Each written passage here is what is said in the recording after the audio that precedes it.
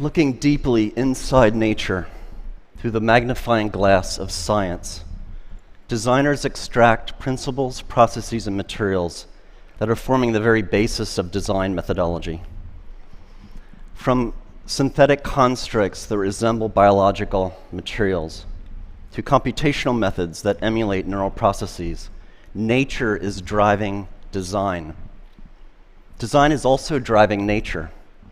In realms of genetics, regenerative medicine, and synthetic biology, designers are growing novel technologies not foreseen or anticipated by nature. Bionics explores the interplay between biology and design. As you can see, my legs are bionic. Today, I will tell human stories of bionic integration, how electromechanics attached to the body and implanted inside the body are beginning to bridge the gap between disability and ability, between human limitation and human potential. Bionics has defined my physicality. In 1982, both of my legs were amputated due to tissue damage from frostbite incurred during a mountain climbing accident. At that time, I didn't view my body as broken. I reasoned that a human being can never be broken. Technology is broken. Technology is inadequate. This simple but powerful idea was a call to arms to advance technology for the elimination of my own disability and ultimately to the disability of others. I began by developing specialized limbs that allowed me to return to the vertical world of rock and ice climbing. I quickly realized that the artificial part of my body is malleable, able to take on any form, any function, a blank slate for which to create perhaps structures that could extend beyond biological capability. I made my height adjustable. I could be as short as 5 feet or as tall as I'd like. So when I was feeling badly about myself, insecure, I would jack my height up. But when I was feeling confident and suave, I would knock my height down a notch just to give the competition a chance.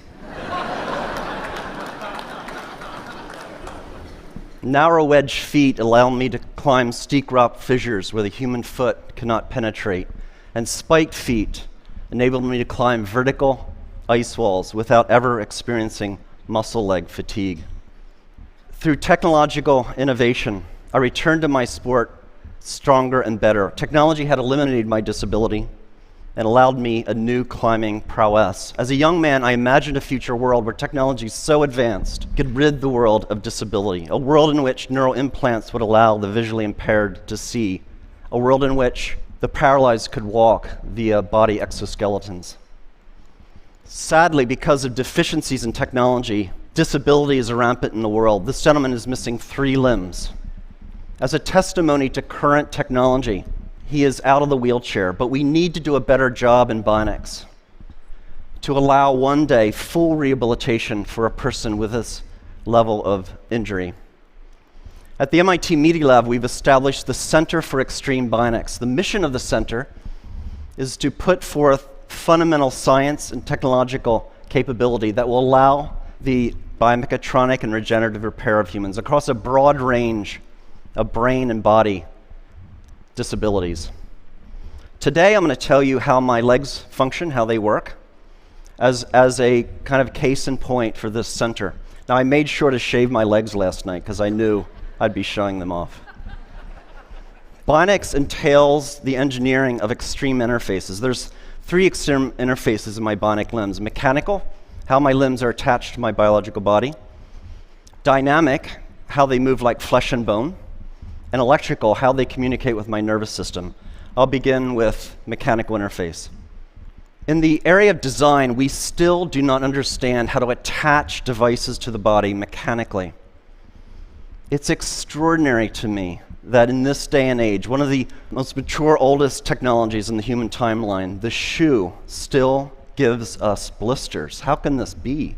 We have no idea how to attach things to our bodies. This is the beautifully lyrical design work of Professor Neri Oxman at the MIT Media Lab, showing spatially varying exoskeletal impedances, shown here by color variation in this 3D printed model. Imagine a future where clothing is stiff and soft where you need it, when you need it, for optimal support and flexibility without ever causing discomfort. My bionic limbs are attached to my biological body via synthetic skins with stiffness variations that mirror my underlying tissue biomechanics. To achieve that mirroring, we first developed a mathematical model of my biological limb. To that end, we use imaging tools such as MRI to look inside my body to figure out the geometries and locations of various tissues. We also took robotic tools. Here's a 14 actuator circle that goes around the biological limb. The actuators come in, find the surface of the limb, measure its unloaded shape, and then they push on the tissues to measure tissue compliances at each anatomical point. We combine these imaging and robotic data to build a mathematical description of my biological limb, shown on the left. You see a bunch of points or nodes. At each node, there's a color that represents tissue compliance. We then do a mathematical transformation to the design of the synthetic skin, shown on the right. And we've discovered optimality is where the body is stiff, the synthetic skin should be soft. Where the body is soft, the synthetic skin is stiff. And this mirroring occurs across all tissue compliances. With this framework, we produce bionic limbs that are the most comfortable limbs I've ever worn. Clearly, in the future, our clothing, our shoes, our braces, our prostheses will no longer be designed and manufactured using artisan strategies, but rather data-driven quantitative frameworks. In that future, our shoes will no longer give us blisters. We're also embedding sensing and smart materials into the synthetic skins. This is a material developed by SRI International, California. Under electrostatic effect, it changes stiffness. So under zero voltage, the material is compliant. It's like floppy like paper. Then the button's pushed, a voltage is applied, and it becomes stiff as a board. We embed this material into the synthetic skin that attaches my bionic limb to my biological body. When I walk here, it's no voltage. My interface is soft and compliant. The button's pushed, voltage is applied, and it stiffens, offering me a greater maneuverability of the bionic limb. We're also building exoskeletons. This exoskeleton becomes stiff and soft in just the right areas of the running cycle to protect the biological joints from high impacts and degradation. In the future, we'll all be wearing exoskeletons in such common activities such as running. Next, dynamic interface. How do my bionic limbs move like flesh and bone? At my MIT lab, we've studied how humans with normal physiologies stand, walk, and run. What are the muscles doing, and how are they controlled by the spinal cord? This basic science motivates what we build. We're building bionic ankles, knees, and hips. We're building body parts from the ground up. The bionic limbs that I'm wearing are called biomes. They've been fitted to nearly 1,000 patients, 400 of which have been US wounded soldiers. How does it work? At heel strike under computer control, the system controls stiffness to attenuate the shock of the limb hitting the ground. Then at mid-stance, the bionic limb outputs high torques and powers to lift the person into the walking stride, comparable to how muscles work in the calf region. This bionic propulsion is very important clinically to patients. So on the left, you see the bionic device worn by a lady. On the right, a passive device worn by the same lady that fails to emulate normal muscle function, enabling her to do something everyone should be able to do, go up and down their steps at home. Bionics also allows for extraordinary athletic feats. Here's a gentleman running up a rocky pathway. This is Steve Martin, not the comedian, who lost his legs in a bomb blast in Afghanistan. We're also building exoskeletal structures using these same principles that wrap around a biological limb. This gentleman does not have any leg condition, any disability. He has a normal physiology. So these exoskeletons are applying muscle-like torques and powers so that his own muscles need not apply those torques and powers. This is the first exoskeleton in history that actually augments human walking. It significantly reduces metabolic cost. It's so profound in its augmentation that when a normal, healthy person wears the device for 40 minutes and then takes it off, their own biological legs feel ridiculously heavy and awkward. We're beginning the age in which machines attached to our bodies will make us stronger and faster and more efficient. Moving on to electrical interface. How do my bionic limbs communicate with my nervous system? Across my residual limb are electrodes that measure the electrical pulse of my muscles. That's communicated to the bionic limb. So when I think about moving my phantom limb, the robot tracks those movement desires. This diagram shows fundamentally how the bionic limb is controlled. So we model the missing biological limb, and we've discovered what reflexes occurred, how the reflexes of the spinal cord are controlling the muscles. And that capability is embedded in the chips of the bionic limb. What we've done then is we modulate the sensitivity of the reflex, the modeled spinal reflex, with the neural signal. So when I relax my muscles in my residual limb, I get very little torque and power. But the more I fire my muscles, the more torque I get, and I can even run. And that was the first demonstration of a running gait under neural command. Feels great.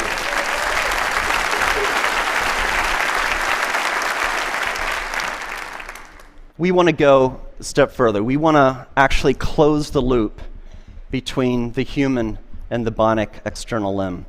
We're doing experiments where we're growing nerves, transected nerves, through channels or microchannel arrays. On the other side of the channel, the nerve then attaches to cells, skin cells and muscle cells.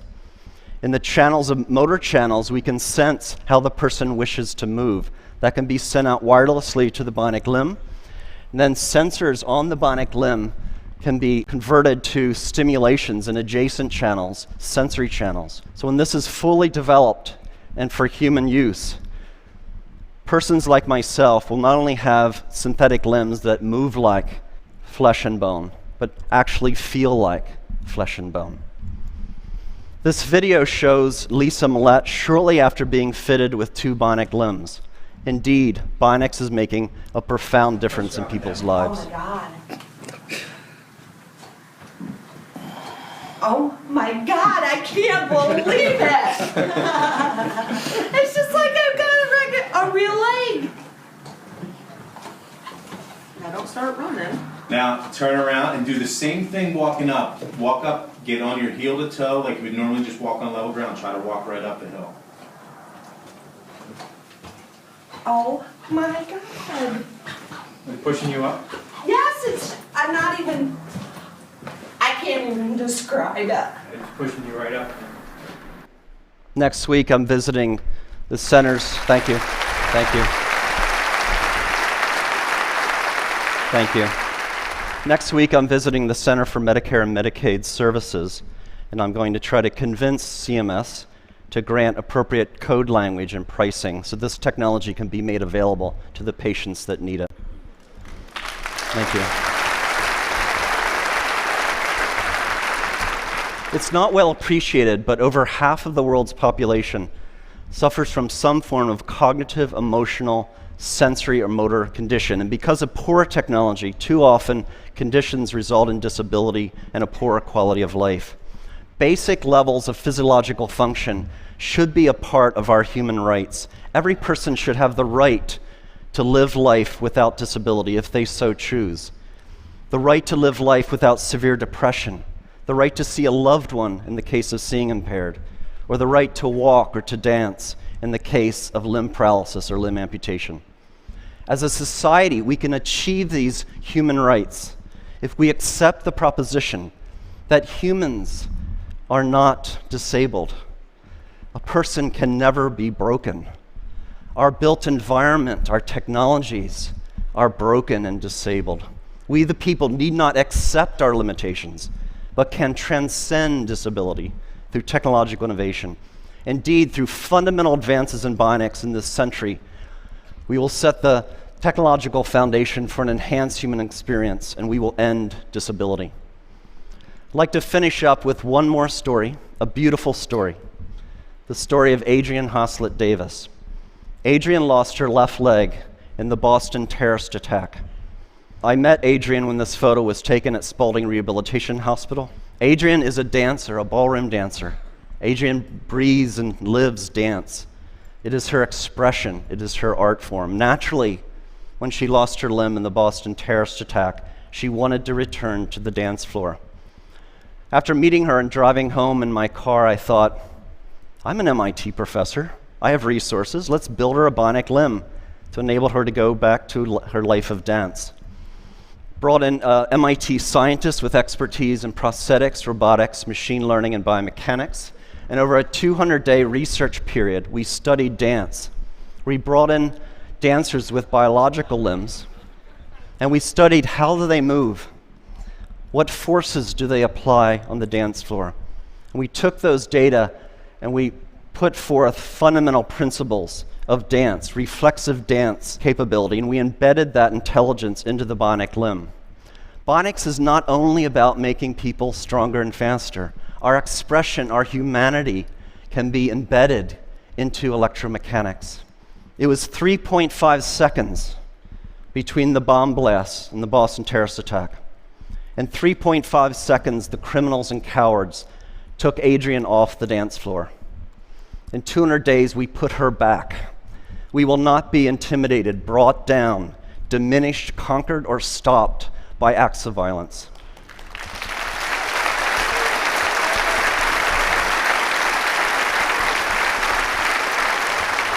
Ladies and gentlemen, please allow me to introduce Adrian Hoslett Davis, her first performance since the attack.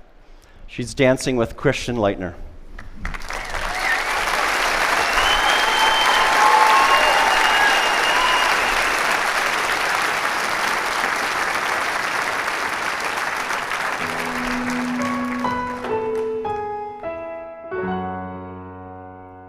Ring my bell, ring my bells. Ring my bell, ring my bells. Ring my bell, ring my bells. Ring my bell, ring my bells. Sometimes you love it, sometimes you don't. Sometimes you need it, then you don't, and you let go. Sometimes we rush it, sometimes we fall. It doesn't matter, baby, we can take it real slow.